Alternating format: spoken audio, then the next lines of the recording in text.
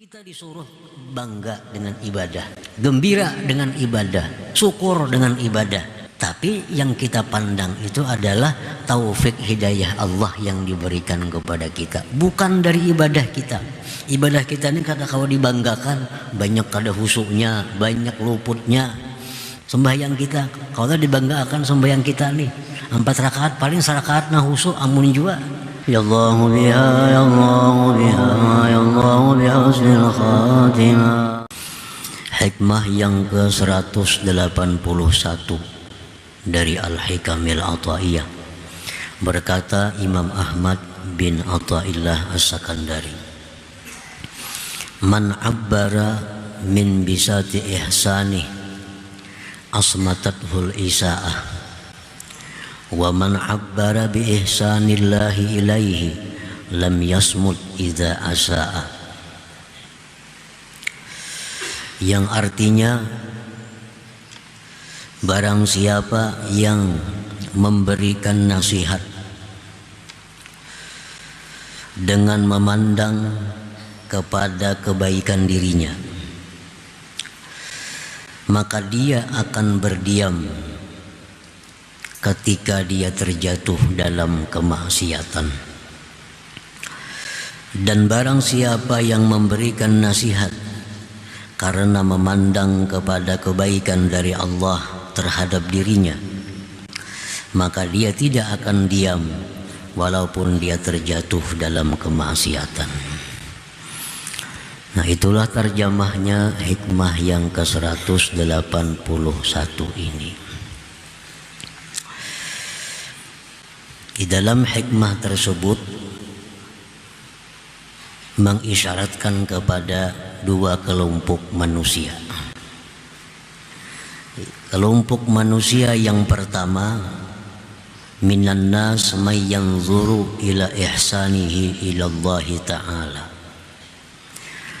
Sebahagian dari manusia ada yang memandang kepada kebaikannya kepada Allah Subhanahu wa Ta'ala. Dia memandang kepada kebaikan dirinya kepada Allah Subhanahu wa Ta'ala. Dia menganggap bahwa sembahyang itu adalah perbuatan baiknya kepada Allah. Nah, dia bersedekah, dia menganggap itu perbuatan baiknya terhadap Allah. Dia puasa, dia menganggap bahwa itu perbuatan baiknya kepada Allah. Dia memberikan nasihat, dia memberikan mau'izah, itu dia anggap kebaikannya kepada Allah. Setiap ibadah yang dia lakukan, dia menganggap itu adalah kebaikannya terhadap Allah Subhanahu wa Ta'ala. Fa iza zakkara ibadallah wa wa'azahum, apabila dia mengingatkan kepada hamba-hamba Allah dan memberikan nasihat kepada mereka, bi an qala lahum ittaqullah wa ati'u wa'malu kaza wa kaza, dengan bahwa dia berkata kepada hamba-hamba Allah, takwalah kepada Allah, taatilah Allah, lakukanlah perbuatan-perbuatan ini. Summa waqa'a fi zallatin ay ma'siyatin, kemudian satu ketika dia terjatuh dalam satu kemaksiatan. Nah, sakata, maka dia akan diam. Dia kada akan memberikan nasihat lagi kepada orang lain. Nah, selama ini dia menyuruh orang takwa karena dia memang bertakwa kepada Allah. Dia menyuruh orang lakukan ini karena dia memang melakukan itu. Dia menyuruh orang bersedekah karena selama ini memang dia suka bersedekah. Nah, dia menyuruh orang jangan melakukan ghibah, memang dia tidak melakukan ghibah. Nah, dia anggap semua itu adalah kebaikannya terhadap Allah. Suatu ketika orang ini tergelincir dalam satu kemaksiatan, maka dia akan diam. Kadang mau lagi dia berceramah, karena merasa dirinya sendiri sudah ada berbuat salah kepada Allah. Hayaan wa khaufa, karena dia malu dan takut kepada Allah, malu kepada Allah. Selama ini dia berbuat baik kepada Allah, lalu dia bisa memberikan nasihat kepada orang lain. Begitu dia jatuh dalam maksiat, dia malu, dia takut, akhirnya diam. Nah, hum ahlul hijab anillahi ta'ala, mereka itu adalah orang-orang yang masih terdinding daripada Allah subhanahu wa ta'ala. Ini orang masih terdinding terhadap Allah subhanahu wa ta'ala. Para muhibbin rahimakumullah, di mana dia terdindingnya? Karena dia menganggap bahwa ibadah yang dia lakukan itu adalah merupakan perbuatan baiknya kepada Allah subhanahu wa ta'ala. Ibadah yang dia lakukan itu merupakan ihsanihi ilallah, merupakan perbuatan baiknya, persembahannya yang baik kepada Allah subhanahu wa ta'ala. Di situ terdindingnya kelompok ini. Nah, dia merasa bahwa dia yang melakukan taat, dia yang melakukan sembahyang, dia yang melakukan puasa, dia yang melakukan baca Quran. Nah, itulah yang menyebabkan dia terdinding daripada Allah subhanahu wa ta'ala. Kaman amila bi ta'atillah wa fariha biha min haitsu innaha minhu ila Allah subhanahu wa ta'ala. Sama halnya orang yang berbuat taat kepada Allah. Dia berbuat taat kepada Allah dan dia gembira, dia bangga dengan ketaatannya itu. Dia bangga dengan ketaatannya itu dari sekira-kira bahwa itu persembahannya kepada Allah. Nah, ini orang yang terdinding daripada Allah. Orang yang gembira dengan perbuatan taatnya, itu adalah orang yang terdinding daripada Allah subhanahu wa ta'ala.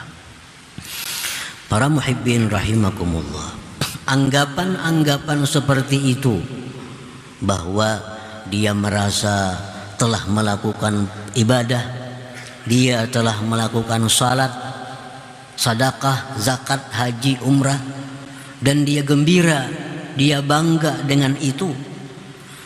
Nah, itu kebanggaan terhadap hal-hal tadi bisa menimbulkan macam-macam berbahaya, macam-macam penyakit kepadanya. Salah satunya adalah al-ujubu, penyakit ujub.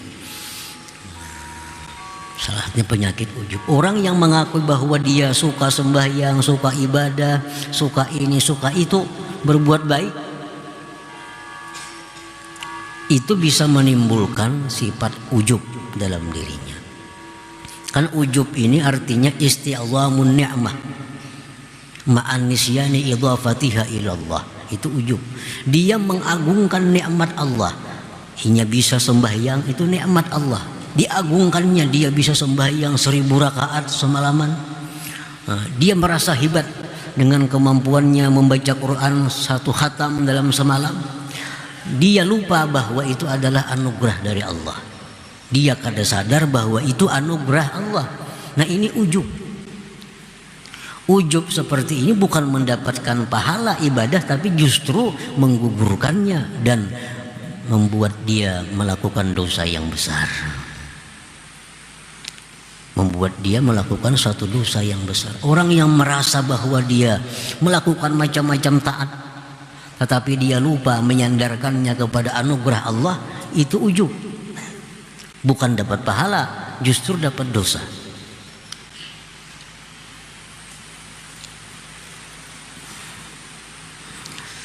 Nah, para muhibbin rahimakumullah. Nah, yang kedua, penyakitnya orang yang menyandarkan taatnya itu kepada dirinya dan menganggap itu perbuatan baiknya kepada Allah, al-idlal, Idlal. Idlal ini artinya wa huwa ayyara haqqan lahu indallah azza wajal. Dia menganggap bahwa dia ada mempunyai hak di sisi Allah Subhanahu wa taala. Nah, dia menganggap bahwa dirinya itu ada mempunyai hak di sisi Allah. Karena dia menganggap selama ini banyak berbuat baik kepada Allah, selama ini menganggap bahwa banyak melakukan taat kepada Allah, maka dia menganggap bahwa dia ada punya hak di sisi Allah. Nah, itu idlal. Ini sangat berbahaya dalam i'tikad kita. Nah, orang yang punya sifat idlal ini, punya sifat idlal tadi, merasa ada hak di sisi Allah karena dia banyak berbuat baik, dia akan aneh apabila doanya tidak dikabulkan Allah. Dia heran kalau doanya tidak diijabah oleh Allah. Nah, selama ini asa kada biasa melakukan maksiat, selama ini rasa biris saja sembahyang semuaan, selama ini suka aja bersedekah, suka aja baca Quran, suka aja baca salawat, tapi kenapa doa kada mau kabul nih? Nah, aneh. Karena dia menganggap bahwa ibadah itu adalah kebaikannya yang dipersembahkan kepada Allah. Nah, macam kita lawan manusia jadinya. Ini manusia kita baiki dengan macam-macam kebaikan. Begitu kita minta lawan inya, kada mau, kan aneh kita tuh. Nah, lawan Tuhan jangan demikian. Dengan Allah tidak seperti dengan makhluk. Ada orang yang selama ini kita bantu kehidupannya, kita bantu segala macamnya, kita bantu. Nah, kita persembahkan kebaikan-kebaikan kepadanya. Begitu kita minta tolong, kada mau menolong, kan aneh kita tuh. Kada tahu diri orang tuh. Selama ini dihidupi, dibantu, sekali minta bantuan kita kada mau membantu. Nah, kalau kepada makhluk kada seberapa, tapi kalau kepada Allah ini sesuatu perbuatan yang sangat jahat. Nah, jadi akibatnya itu akibat daripada merasa bahwa dia banyak berbuat baik kepada Allah Subhanahu wa ta'ala. Rasulullah SAW bersabda, inna salatal mudil la turfa'u fawqa ra'sih wala anta dhahaka wa anta mu'tarifun bidzambik khairun min anta bakiya wa anta mudillun bi'amalik. Ujar Nabi, sembahyang orang yang idlal tadi tidak diangkat di atas kepalanya. Sungguh bahwa kamu tertawa tetapi engkau mengakui dengan dosa, itu lebih baik daripada engkau menangis tapi engkau merasa berjasa kepada Allah Subhanahu wa ta'ala. Nah, para muhibbin rahimakumullah, kenapa ini ada asal muasalnya? Sebabnya kita menganggap ibadah itu merupakan kebaikan kita kepada Allah. Nah, ini orang-orang yang terhijab, yang terdinding dari Allah, merasa bahwa ini beribadah itu berbuat baik lawan Allah.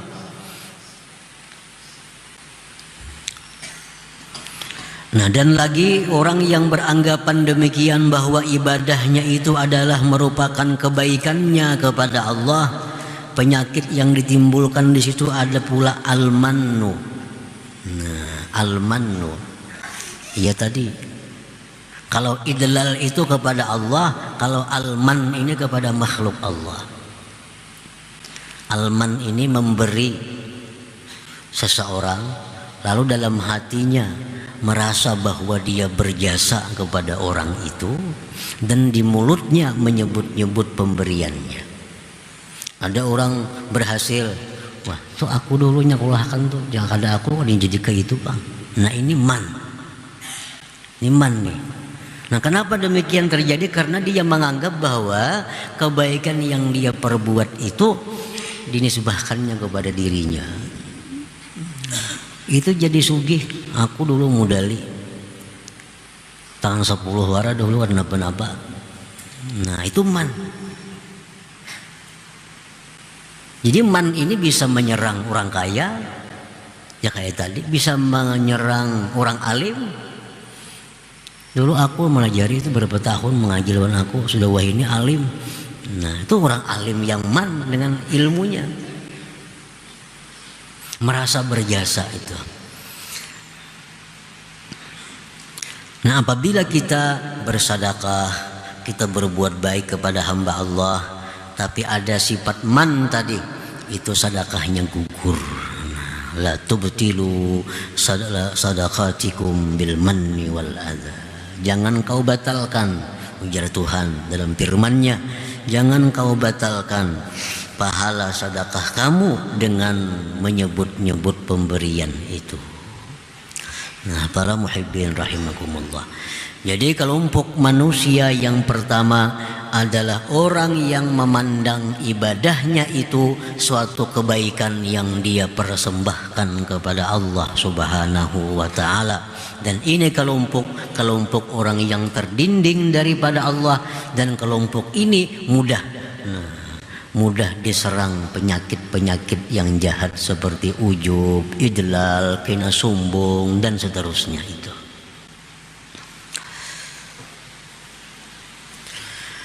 Wa minan nasi may yanzuru ila ihsanillah ilaihi.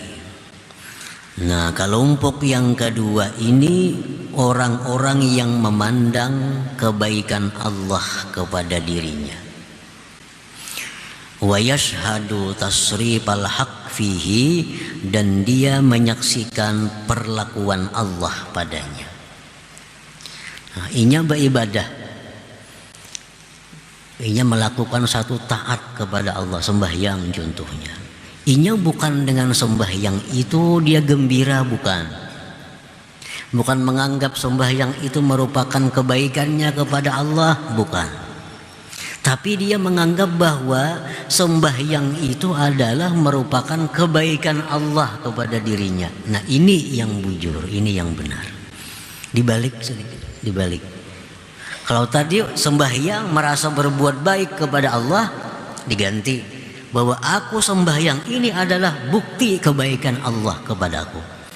Nah, kalau Allah akan berbuat baik kepadaku, aku tidak akan bisa sembahyang, tidak akan bisa puasa, tidak akan bisa menuntut ilmu. Nah, jadi inya sembahyang, inya puasa, dia bangga, yang dia banggakan apa? Kebaikan Allah kepada dirinya. Nah, ini yang kita maksud, ini yang kita kehendaki dalam setiap amal. Kita disuruh bangga dengan ibadah, gembira dengan ibadah, syukur dengan ibadah. Tapi yang kita pandang itu adalah taufik hidayah Allah yang diberikan kepada kita, bukan dari ibadah kita. Ibadah kita ini kata kalau dibanggakan, banyak kada husuknya, banyak luputnya. Sembahyang kita kalau dibanggakan, sembahyang kita nih 4 rakaat, paling serakaat nah husuk amun jua. Hendak dipadahkan kebaikan kita kepada Allah. Nah, tapi kalau itu kebaikan Allah kepada kita, nah itu yang dimaksud, yang dituntut. Kita mengakui bahwa dengan sembahyang Allah berbuat baik kepadaku. Kita himung, kita suka kawa sembahyang 100 rakaat, sukanya sembahyang itu kah? Sukanya itu karena Allah berbuat baik kepadaku sehingga bisa sembahyang 100 rakaat. Nah, jadi dari Allah itu yang kita banggakan, bukan yang dari diri kita. Bukan yang dari diri kita.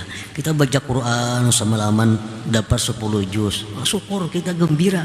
Artinya Allah memberi kemampuan kepada kita sembahyang demikian, baca Quran demikian. Nah, itu double pahalanya. Baca Quran sudah berpahala, nah demikian pulang hati berpahala lagi, berpahala lagi. Nah, sebahagian dari manusia itu orang yang memandang kepada kebaikan Allah terhadap dirinya. Dia menyaksikan perlakuan Allah pada dirinya. Ini sembahyang nih, ini merasa ini adalah taufik dari Allah, hidayah dari Allah, dan ini merupakan perlakuan Allah terhadap dirinya. Jadi sembahyangnya itu bujur-bujur, artinya minallah, ini datangnya dari Allah. Ini bisa bergerak-gerik itu billah dengan Allah. Lalu demikian halnya adalah lillah, untuk Allah Subhanahu wa taala. Kita bisa ikhlas dalam suatu ibadah apabila kita dua, satu, mengakui ibadah ini adalah hidayah taufik dari Allah. Yang kedua, kita bisa melakukan itu akibat daripada ditolong oleh Allah.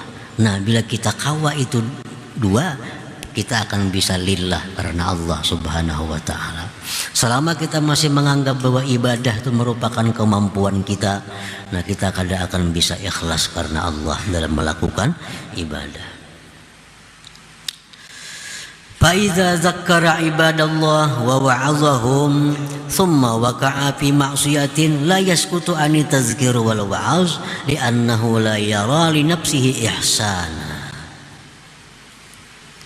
Apabila orang ini, kelompok yang kedua, kelompok yang memandang kebaikan Allah kepada dirinya, apabila yang memberikan dia nasihat kepada hamba Allah, memberikan ceramah kepada hamba Allah, lalu satu ketika dia terjatuh kepada maksiat, dia tidak akan diam, tidak akan berhenti memberikan tausiah itu, tidak akan berhenti memberikan nasihat itu, karena dia tidak melihat bagi dirinya suatu kebaikan. Yang tadinya merasa seorang yang berbuat baik, pas seorang kemaksiat lalu supannya lagi. Supannya. Ada yang kedua ininya merasa kada dirinya, inya merasa bisa sembahyang, bisa apa itu karena kebaikan Allah. Lalu dia berikan nasihat kepada orang. Satu ketika dia jatuh dalam maksiat, kadang membuat inya malu untuk meneruskan nasihatnya itu, karena inya kadang melihat dirinya yang berbuat baik selama ini itu daripada Allah Subhanahu wa taala. Wahum ahlul fathi wal ma'rifati billah, dan ini yang disebut dengan ahlul fathi wal ma'rifat. Yang pertama tadi ahlul hijab, orang yang terdinding. Yang kedua ini orang yang terbuka daripada dinding itu dan mengenal Allah Subhanahu wa taala. Nah, jadi artinya bila kita sembahyang, kita puasa, kita bersedekah, nah, kita berinfak, anggap itu kebaikan Allah kepada kita. Kebaikan Allah kepada kita sehingga kita bisa melakukan itu. Jangan dibalik. Aku sembahyang merasa aku nang berbuat baik lawan Allah, nah, kan udah paling tuh. Inya berzakat, inya naik haji, merasa inya nang berbuat baik kepada Allah. Nah, itu bahaya. Macam-macam kena timbul hal-hal yang tidak disukai oleh Allah. Wa iza amila bi ta'atillah la yafrahu biha min haitsu hiya minhu bal yafrahu billah al-muwaffiq al-mu'in lahu 'alaiha. Apabila dia kelompok yang terbuka ini, kelompok orang-orang yang ma'rifat ini, mereka itu beramal dengan taat kepada Allah, mereka tidak gembira dengan taatnya itu. Inya kada gembira dengan sembahyangnya itu, inya kada gembira dengan bacaan Qur'annya. Bal yafrahu, tapi dia gembira itu billahil muwaffiq, dengan Allah yang memberi dia taufik. Nah, dengan Allah yang memberi taufik, yang menolong baginya atas ibadah itu. Nah, ini diterima oleh Allah. Ibadah semacam inilah yang diterima oleh Allah. Bahwa kita beribadah, kita merasakan ini kebaikan Allah kepada kita, lalu kita bisa beribadah. Nah, kalau kita bangga dengan Allah yang memberi taufik, bangga dengan Allah yang menolong kita bisa macam ini, bangga dengan Allah kita dijadikannya orang yang menuntut ilmu. Nah, itu yang dituntut bagi setiap orang. Jangan sampai dibalik tadi. Nah, bila terbalik tadi, ya nang merasa inya nang berjasa lawan Allah Ta'ala, begitu berdoa kada kabul, aneh juga nih. Quran setiap hari membaca, bersedekah rutin aja, puasa Senayan Kamis, kenapa doa kada kabul-kabul? Nah, ini orang idlal. Akibat inya merasa itu kebaikannya kepada Allah, lalu aneh kalau Allah kada mengabulkan doanya. Nah, kalau orang yang kelompok kedua ini inya berdoa kepada Allah, kabul kada kabul sudah untung. Sudah untung. Inya diberi Allah hidayah berdoa itu sudah untung. Kalau kabul makin untung lagi. Nah, jadinya bisa berdoa, bisa berzikir, itu sudah keuntungan diberi Allah kebaikan itu. Nah, belum lagi kabul doanya, ini sudah merasa untung. Banyaknya orang yang kada diberi Allah kesempatan berdoa, banyaknya orang yang kada diberi Allah kesempatan berzikir. Nah, inya diberi Allah. Nah, di situ dia mengakui kebaikan Allah kepada dirinya. Jadi kabul kada kabul doa itu kada jadi masalah, kada jadi pikirannya, kada jadi harapannya. Yang ia banggakan bahwa Allah beri taufik dia untuk berdoa, itu sudah luar biasa. Allah beri dia hidayah untuk minta kepada Allah, itu sudah keuntungan yang besar bagi dirinya. Nah, para muhibbin rahimakumullah. Jadi yang disebutkan dalam hikmah ini adalah dua kelompok manusia. Kelompok pertama, man abbara min bisati ihsanihi asmatatul isaah. Kelompok kedua, wa man abbara bi ihsanillah ilai lam yasmut idza asaa. Nah, kemudian hikmah yang ke-182.